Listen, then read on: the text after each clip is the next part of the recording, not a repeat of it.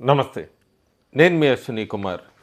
ఫిబ్రవరి 2025 మళ్ళీ ఒక్కసారి అమెరికా అధ్యక్షుడు డొనాల్డ్ ట్రంప్ వైట్ హౌస్లోకి వచ్చాడు. వైట్ హౌస్లోకి రాగానే తన వారసత్వానికి ఏదో ఒక పెద్ద విజయాన్ని అందించాలి అమెరికాకి అనుకున్నాడు.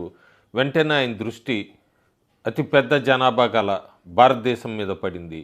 విస్తారమైన మార్కెట్ అనుకున్నాడు. మోడీ గేట్లు తెరు, అమెరికా వ్యాపార ఈ నియామకాలకి పూర్తిగా లొంగిపో అని ఆయన స్పష్టంగా చెప్పాడు.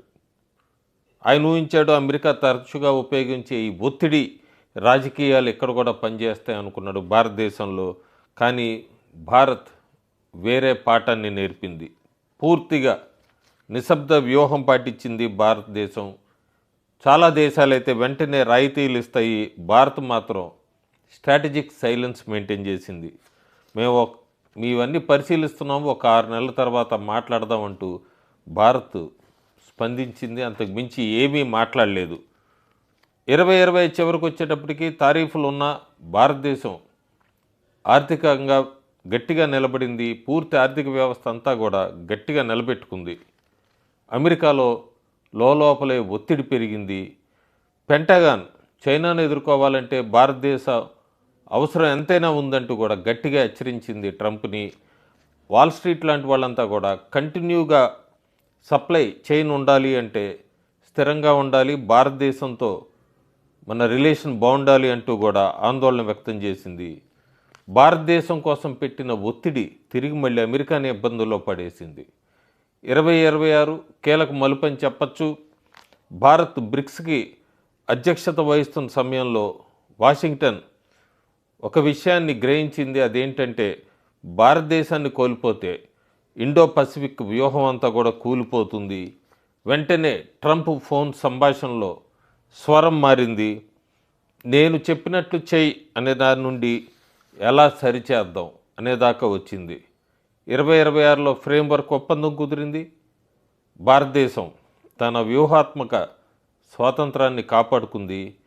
అమెరికా భారత్ ఈ సంబంధాలు సమాన స్వామ్యం స్థాయికి చేరినాయి. ఎక్కడా కూడా ఒత్తిడికి తల ఒగ్గలేదు భారతదేశ ప్రధానమంత్రి కూడా. ట్రంప్ త్వరగా విజయం కోరుకున్నాడు, చివరికి అతనే తలొగ్గాడు. పాఠం ఏం నేర్పిస్తోందంటే ఒత్తిడి రాజకీయాలు ఎప్పుడు విఫలమవుతాయి, ఏనుగు కనుక వంగకపోతే.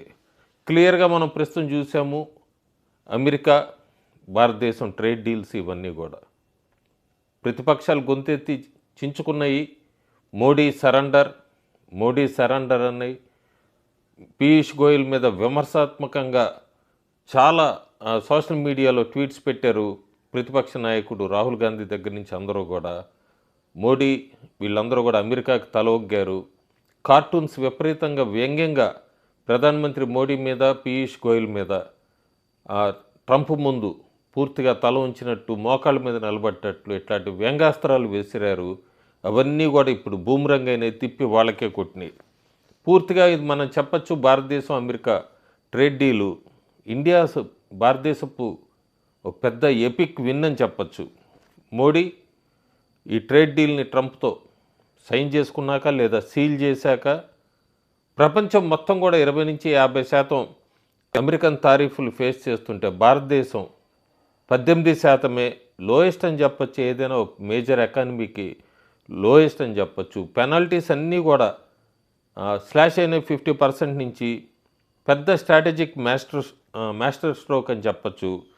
ఎక్స్పోర్ట్స్ అన్నీ కూడా సేఫ్ అని చెప్పచ్చు. ఒక పక్క రైవల్స్ ఎక్కువ కడుతున్నప్పుడు టెక్ కానీ ఆర్టిఫిషియల్ ఇంటెలిజెన్స్ బూస్ట్ ఇవన్నీ కూడా అన్లాక్ అయినాయి.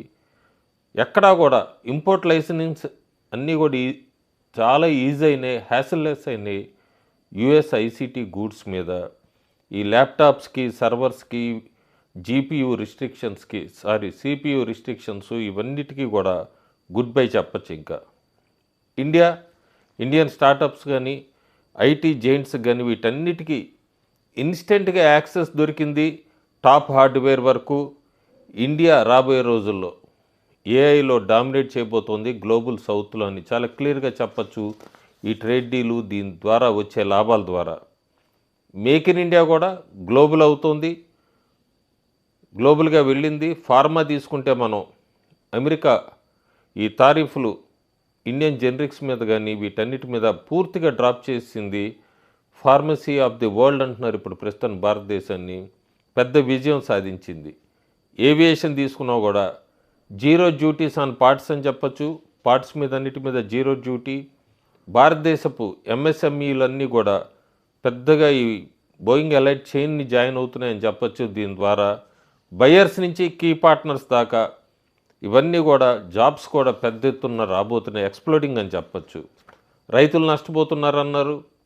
రైతులకి పెద్ద దెబ్బ అన్నారు ప్రతిపక్షాలంతా కూడా. సరెండర్ అయిపోయారు అన్నారు కానీ అంతా రాంగ్, తప్పని ప్రూవ్ అయింది. ఎందుకంటే ఈ సెన్సిటివ్కి సంబంధించిన యాగ్రీ లేకపోతే రైసు, వీటి, డైరీ వీటన్నిటివి కూడా ఫుల్గా ప్రొటెక్ట్ అయినాయి. ఎక్కడ కన్సెషన్ లేదు రైస్ మీద కానీ, వీటి మీద, డైరీ మీద, పల్సెస్ మీద. ఒక బోనస్గా భారతదేశానికి ఆల్మండ్స్, వాల్నట్స్ ఇలాంటివన్నీ కూడా చీప్గా వస్తున్నాయి. ఇక్కడ ఒక మిడిల్ క్లాస్కి చాలా పెద్ద స్మార్ట్ విన్ అని కూడా చెప్పచ్చు. దీనివల్ల జియోగ్రాఫికల్గా పెద్ద జాక్పాట్ అని చెప్పచ్చు భారతదేశానికి ఈ డీల్ ద్వారా. ఎందుకంటే లాకిన్ అయిన యుఎస్ ఈ ఎల్ఎన్జి క్రూడ్ దీనికి సంబంధించింది, డిఫెన్స్ టైసు ఇవన్నీ కూడా $500 బిలియన్ ప్లస్ ఈ యుఎస్ పర్చేసెస్ ప్లాన్డ్ ఈ ఎనర్జీ టెక్కి సంబంధించింది. ఇదంతా కూడా ఒక పక్క చైనా, యూరప్ స్ట్రగుల్ అవుతుంటే భారతదేశానికి డైరెక్ట్ లైన్, వరల్డ్స్ బిగ్గెస్ట్ ఎకానమీకి ఒక డైరెక్ట్ లైన్ దొరికిందని చెప్పచ్చు. 20 సంవత్సరాల పైనే స్ట్రాటజిక్ స్టెబిలిటీ ఒకటి భారతదేశానికి లభించిందని కూడా చెప్పచ్చు. మోడీ అయితే ముమ్కిన్ హై అంటారు. మోడీ మళ్ళీ ఒక్కసారి డెలివర్ చేశాడు. మోడీ డెలివర్డ్ అగైన్ అని చెప్పచ్చు. ఏమేంటంటే జాబ్సు, గ్రోత్, భారతదేశ ప్రైడు, అన్నిటికన్నా ముఖ్యమైనది నో సరెండర్. ఎక్కడా కూడా సరెండర్ కాలేదు. అపోజిషను ఇంతవరకు వాళ్ళ ప్రిడిక్షన్స్ అన్నీ కూడా అట్టర్ ఫ్లాప్ అయిపోయినాయి. షేమ్లెస్గా వాళ్ళ వ్యూస్ కానీ, పోస్టులు కానీ అన్నీ కూడా ఫెయిల్ అయినాయి. ప్రిడిక్షన్స్ ఫ్లాప్ అయినాయి. ఇండియా అంతకు ముందు కన్నా ఎక్కువ రైజ్ అవుతుంది హైగా. ఇండియా రేజింగ్ హయ్యర్ అని చెప్పచ్చు. క్లియర్గా ప్రౌడ్ భారతీయ అని చెప్పచ్చు ఎవరైనా సరే. ఈ ట్రేడ్ డీల్లో మోడీ అనుసరించిన విధానాలను వీటన్నిటినీ చూస్తే. పీయూష్ గోయల్ మాట్లాడారు మంత్రి.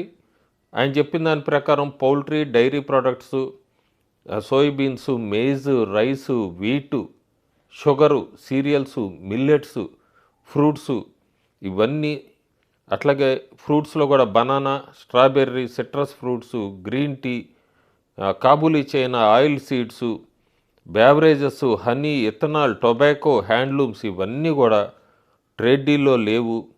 టారిఫ్స్ దాని మీద ఎక్కడా లోయర్ కావని క్లియర్ ఆఫ్ చేశారు.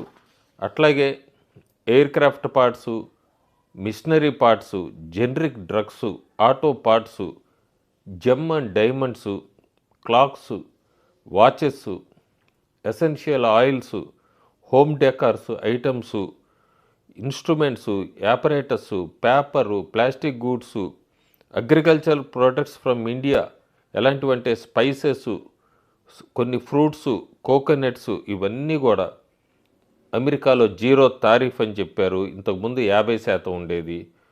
సో ఇవన్నీ కూడా భారతదేశం సాధించిన అతి పెద్ద విజయం. అమెరికాని తారీఫుల్లో 50% నుంచి 18% తీసుకురావటం, ట్రేడ్ డీల్ ఓకే అవటం భారతదేశానికే కాక మోడీకి ఒక పెద్ద విజయం అనేది అయితే చాలా క్లియర్గా చెప్పచ్చు. Thank you.